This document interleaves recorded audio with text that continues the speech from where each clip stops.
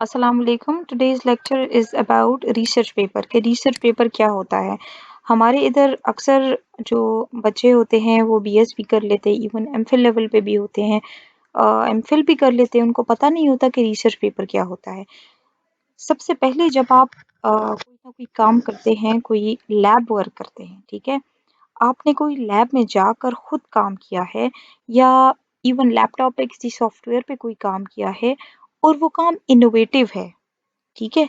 वो न्यू काम है, वो अभी तक नहीं किसी ने रिकॉर्ड में लाया गया, तो वो होता है रिसर्च, ठीक है? रिसर्च क्या होता है कि कोई नया काम है, चाहे छोटा से छोटा काम हो, ज़रूरी नहीं है कि आप कोई बहुत न्यू चीज़ डिस्कवर कर रहे हैं, आपने कोई नया सयारा डिस्कवर करी है या नई कोई मखलूक डिस्कवर कर ली है, but even the of simplest of novel addition to the literature, ये रिसर्च होगी, ठीक है? अब ये दो तरह की हो सकती है, इसका रिजल्ट दो तरह का हो सकता है, या पॉजिटिव होगा या नेगेटिव होगा, ठीक है? फॉर एग्जाम्पल मैं आपको कहती हूँ कि आप इस तरह सोच रहे हैं कि ऐसा आपने कोई नया फूल, फॉर एग्जाम्पल गुलाब का फूल कोई नया फूल है, ठीक है? वो कोई नई चीज आपने वो किया, आप कहते हैं कि उससे कैंसर का इलाज हो सकता है, ठीक है? या उससे कैंसर क्योर होता है, ये आपका हाइपोथेसिस है, ये आप सोच रहे हैं। अब जब आपने सारी रिसर्च की, आपको पता चला कि हाँ वाकई इससे जो है ब्रेस्ट कैंसर है फॉर एग्जांपल, तो वो क्योर होता है, तो ये एक एडिशन हुई पॉजिटिव रिसर्च में, ठीक है? अगर आपने इतनी रिसर्च की, ख्वारी की, इतने महीने लगे रहे लैब में और आपको पता चला कि इससे कैंसर का इलाज नहीं होता या कैंसर इससे क्योर नहीं होता, तो वो एक नेगेटिव रिजल्ट हुआ, but it is still a result, तो वो भी होगी रिसर्च, ठीक है?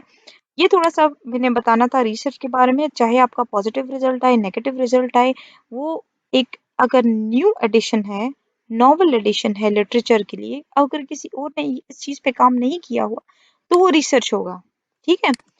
अब रिसर्च में क्या होता है, रिसर्च पेपर क्या होता है? रिसर्च पेपर ये होता है कि जब आप इतना काम करते हैं, इतना ज़्यादा ख्वारी करते हैं, लैब में करते हैं या सॉफ्टवेयर पे आप किसी प्रोटीन का स्ट्रक्चर बना रहे हैं, या इवन आप अगर कोई मतलब इंजीनियरिंग से रिलेटेड आपका काम है, आपने कोई ऐसा स्ट्रक्चर बना लिया है, कोई ऐसी चीज़ बना ली है, न्यू चीज़ जो पहले यूज़ नहीं हुई और वो किसी तरीके से ईज़ी करती है, जो ऑलरेडी एग्जिस्टिंग काम है, उसको बहुत ज़्यादा आसान बनाती है, दैट वुड बी रिसर्च, और आप उसके ऊपर एक पेपर लिख सकते हैं, ठीक है?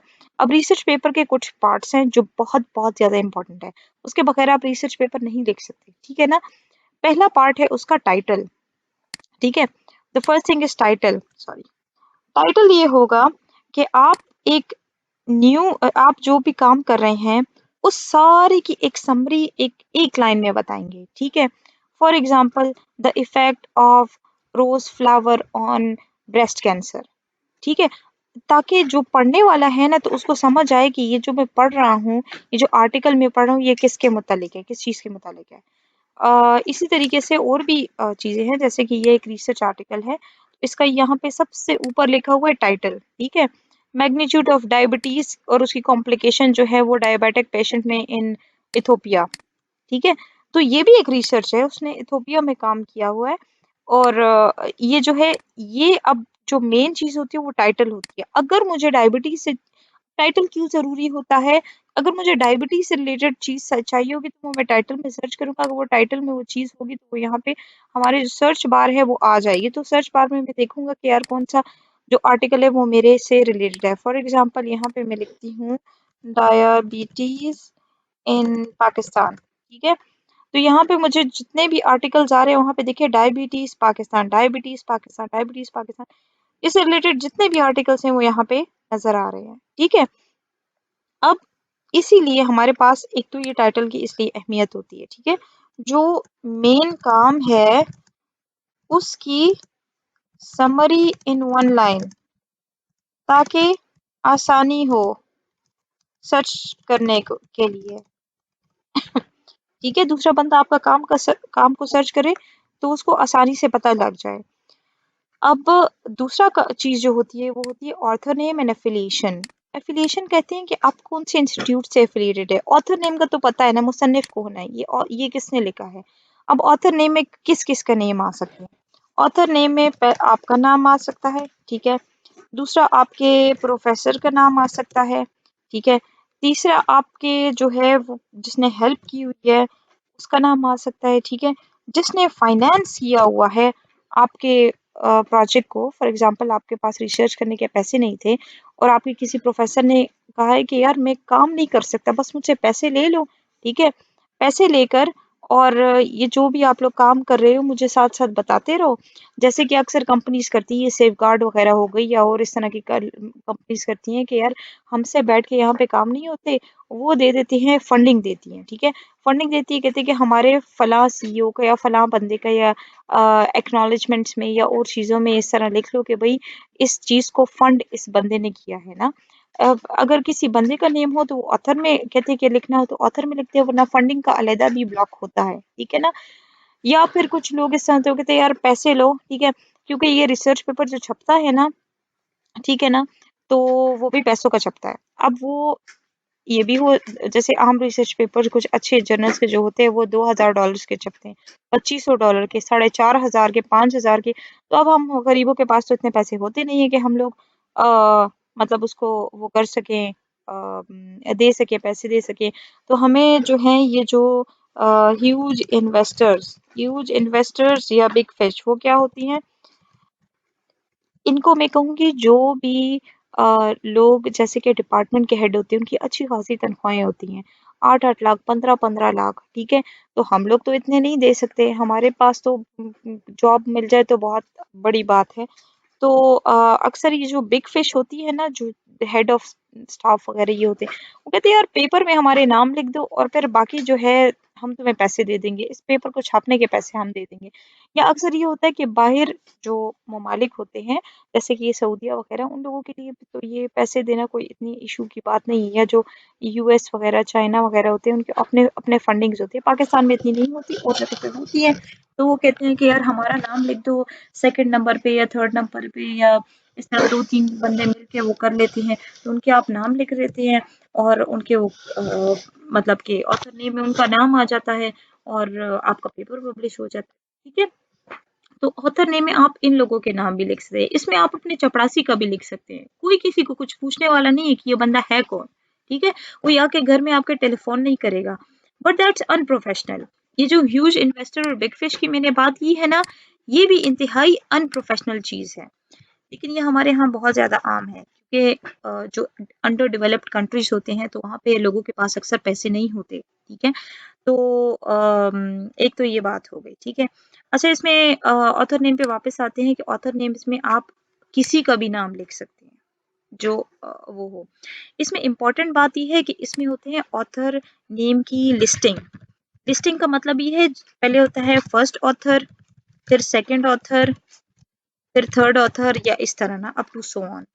तो कुछ लोगों की ये होती है, कुछ जो जर्नल्स की रिक्वायरमेंट होती है कि आप जो हैं 10 से ज़्यादा ऑथर नेम्स नहीं लिख सकते, या 7 से ज़्यादा, या 15 से ज़्यादा। कुछ होते हैं कि यार तुम 200 भी लिखते हो तो लिखो, हमें कोई मसला नहीं है, ठीक है। तो एक तो ये हो गया। दूसरी बात ये है कि जो फर्स्ट ऑथर होता है ना, अक्सर औकात फर्स्ट और सेकंड ऑथर को, या फिर एक होता है उसे यहाँ पे जैसे अगर मैं आपको पेपर में बता दूं, कहाँ गया, ये है ना। अब यहाँ पे 2 ऑथर्स है, बेंजामिन और थॉमस, ठीक है। यहाँ पे ऑथर इंफॉर्मेशन में ये आ गया उनकी एफिलिएशन, ठीक है। ये एफिलिएशन आ गई कि ये जो है बेंजामिन जो है यूनिवर्सिटी कोलोराडो वाले उसमें है, और थॉमस जो है आई थिंक वीए शायद वर्जीनिया का है, ईस्टर्न कोलोराडो में यहाँ पे होता है, ठीक है।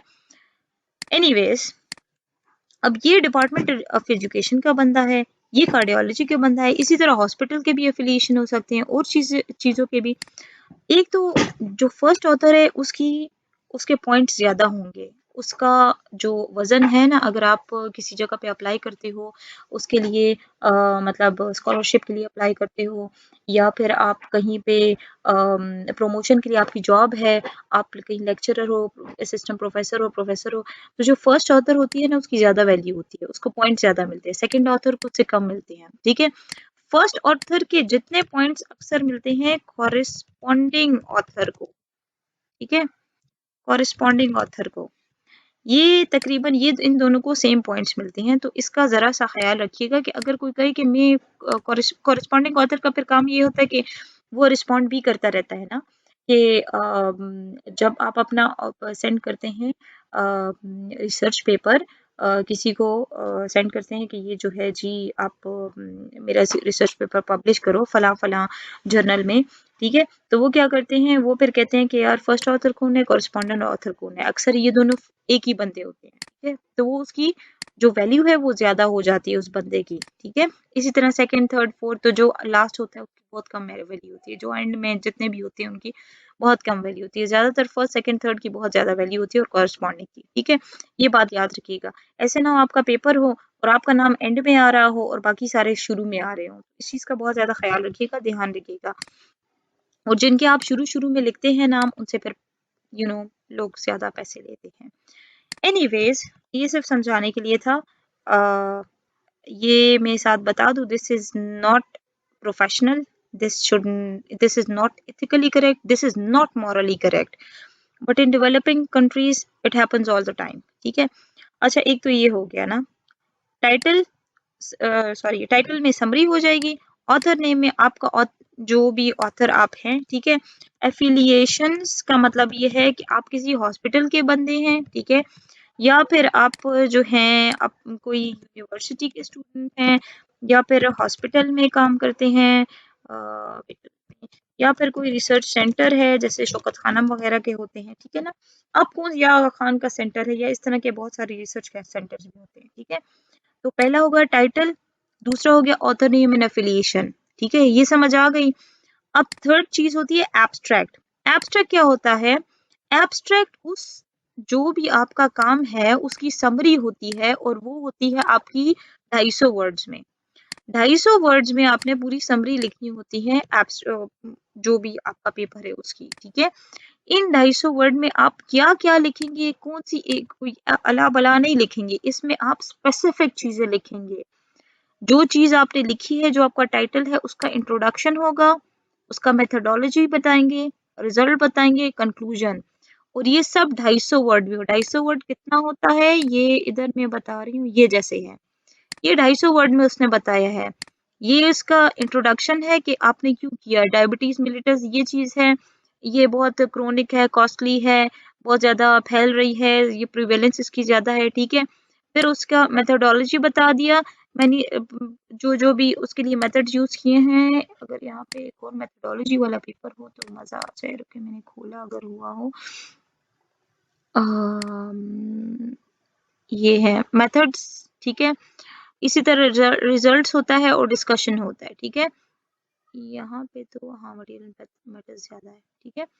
मेथड्स में, सॉरी, अच्छा, मेथड्स में फिर ये है कि आप मेथड बता सकते हैं कि मैंने एंटीबैक्टीरियल एक्टिविटी के लिए दूसरी एक्टिविटी की, या मैंने फलां इंस्ट्रूमेंट के जरिए नापा, या फलां जैसे लोगों के वो होते हैं ना कि फलां मेथड्स यूज किए। अब यहाँ पे जरा क्लियर है, एक सेकेंड यहाँ पे देखें। मेथोडोलॉजी, हमने क्रॉस सेक्शनल स्टडी की, टाइप 2 डायबिटीज की, 10 हॉस्पिटल्स में की, ठीक है। इंटरव्यूअर ने क्वेश्चनेयर एडमिट किए, SPSS हमने किया, और उसमें जो है हमने लिंक फैक्टर्स वगैरह फाइंड आउट किए, करने की कोशिश की, उसकी पी वैल्यू 0.5 रखी, मतलब उसको बिल्कुल कॉम्पैक्ट करके बताना है, ठीक है। ये इसने थोड़ा सा बैकग्राउंड लिखा, मेथड्स लिखा, फिर रिजल्ट हो गया।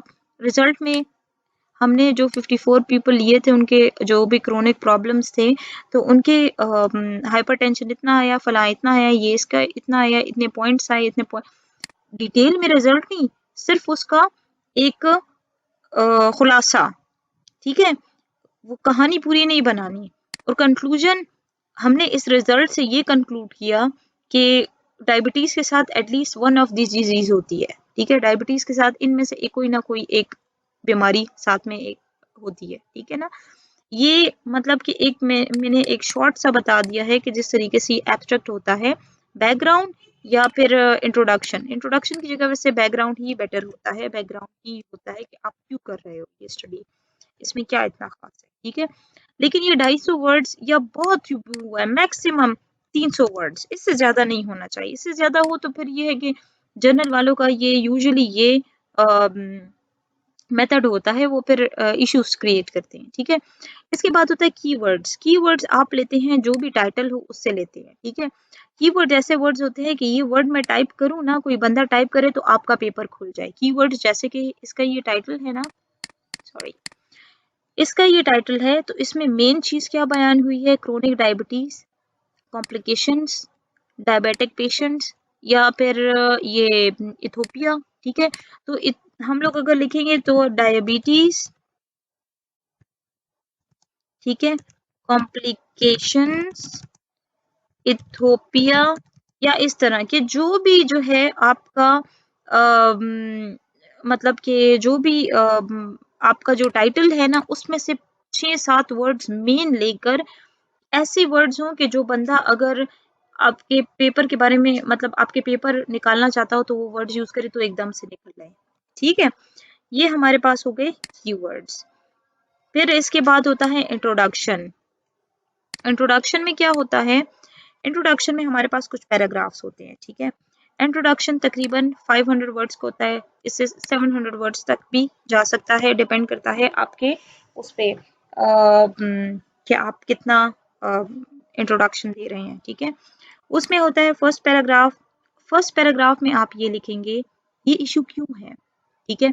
उसमें आप लिख सकते हैं फॉर एग्जांपल डायबिटीज है तो वो क्यों इशू है, उसके इतने परसेंट लोग हैं, उसकी इतनी प्रीवेलेंस है, मतलब प्रीवेलेंस वो इतने लोगों को होता है, हर साल उस पर इतने बिलियन खर्चा आता है, हर साल इसकी रिसर्च पे इतने बिलियन खर्चा आता है, इसकी दवाइयों पे इतने, इसके साथ इतने कॉम्प्लिकेशंस, ये चीजें परसेंटेज नंबर फिगर जितना लिखेंगे ना वो उसको प्रोमिनेंट करेंगे आपके पेपर को। वो बताएंगे कि इस बंदे ने जो पेपर किया हुआ है ना, तो वो जो है उसमें कोई कोई अच्छी चीज है, ठीक है। तो आप इंट्रोडक्शन इसके साथ देंगे प्रॉब्लम का कि इस वजह से हम, क्योंकि आपकी जो चीज़ है फॉर एग्जांपल आप डायबिटीज़ क्योर कर रहे हैं किसी उसकी वजह से, या डायबिटीज़ का आपने बताया हुआ है कि इथोपिया में फला इतना इतना डायबिटीज़ है, तो उसका इंट्रोडक्शन थोड़ा सा डायबिटीज़ का देंगे, ठीक है, कि वो क्यों इशू है, उसका मसला क्या है। हम बस ठीक है ना, होता है तो होता रहे, नहीं, you have to give the that why is it an issue, ठीक है। सेकंड पैराग्राफ में फिर लिखेंगे कि जो प्रॉब्लम है उसके बारे में अभी तक क्या हुआ है, ये वाली ट्रीटमेंट आई है, या उस प्रॉब्लम से रिलेटेड कुछ भी लिख सकते हैं, कॉम्प्लिकेशंस लिख सकते हैं, ट्रीटमेंट लिख सकते हैं, उससे रिलेटेड कोई ऐसा काम लिख सकते हैं, रिसर्च लिख सकते हैं जो आपके जो रिसर्च वर्क है उसको उभारे। अब यहाँ पे मैं डायबिटीज की एग्जांपल देती हूँ, इंजीनियर्स वगैरह या और कोई फील्ड वाले जो हैं उनका मुझे इतना अंदाजा नहीं है, फिर भी इंजीनियरिंग का थोड़े बहुत मेरे पढ़े हुए हैं कि जैसे कि अगर ये सिविल की बात करें तो सिविल में अक्सर इस तरह के मेथडोलॉजीज या इस तरह की चीज़ें वो ऑटोकैड वगैरह में वो बना लेते हैं, तो वो कहते हैं कि यार जैसे ज़लज़ला ज़दगान के लिए हो गया या सैलाब ज़दगान के लिए, कि सैलाब की वजह से बिल्डिंग्स इस तरह से तबाह होती हैं, तो अगर हम इस एंगल से बनाएं, मतलब उनका हाइपोथेसिस ये हो कि उन्होंने कोई और एंगल यूज़ किया हो या कोई और टेक्निक यूज़ की हो इस तरह से, ठीक है। तो फर्स्ट पैराग्राफ में आप लिखेंगे कि इतने परसेंट लोग ज़लज़ले से मरते हैं या सैलाब ज़दगान से मरते हैं या बिल्डिंग गिरने से मरते हैं या वट, ठीक है। ओनली इन पाकिस्तान या यूएस या फलां को ये उठा के आप उसमें लिख देना, ठीक है। फिर सेकंड पैराग्राफ में आप लिखेंगे कि इसके बारे में क्या हुआ, इसके बारे में इसकी जगह पे ये वाली नालियां बनाई गई, इस तरह के मटेरियल्स यूज़ किए, फलां मटेरियल यूज़ किया गया, ये मटेरियल यूज़ किया हुआ। थर्ड पैराग्राफ में आप लिखेंगे उस चीज़ के बारे में जो आप उसकी जगह यूज़ करें, जैसे कोई ऐसा नैनो कार्बन आप यूज़ कर ले या कुछ यूज़ कर रहे हैं, तो उस नैनो कार्बन में बिल्डिंग मटेरियल के अलावा और कौन से काम किए हुए हैं जो कि लिटरेचर में मौजूद है, वो आप थर्ड पैराग्राफ में लिखेंगे, ठीक है। और फोर्थ पैराग्राफ सबसे स्मॉलेस्ट होगा, उसमें आपका क्या प्लान है, ठीक है। Our our goal is to use nano carbon in this thing, ठीक है, इन बिल्डिंग या वट ये चीजें में, ठीक है। ये पार्ट 1 हो गया, वीडियो बहुत लंबी हो जाएगी, तो पार्ट 2 में मैं ये मटेरियल्स एंड मेथड वाला सेक्शन आपसे डिस्कस करूंगी इंशाल्लाह, ठीक है। Thank you so much, Allah Hafiz, subscribe and like.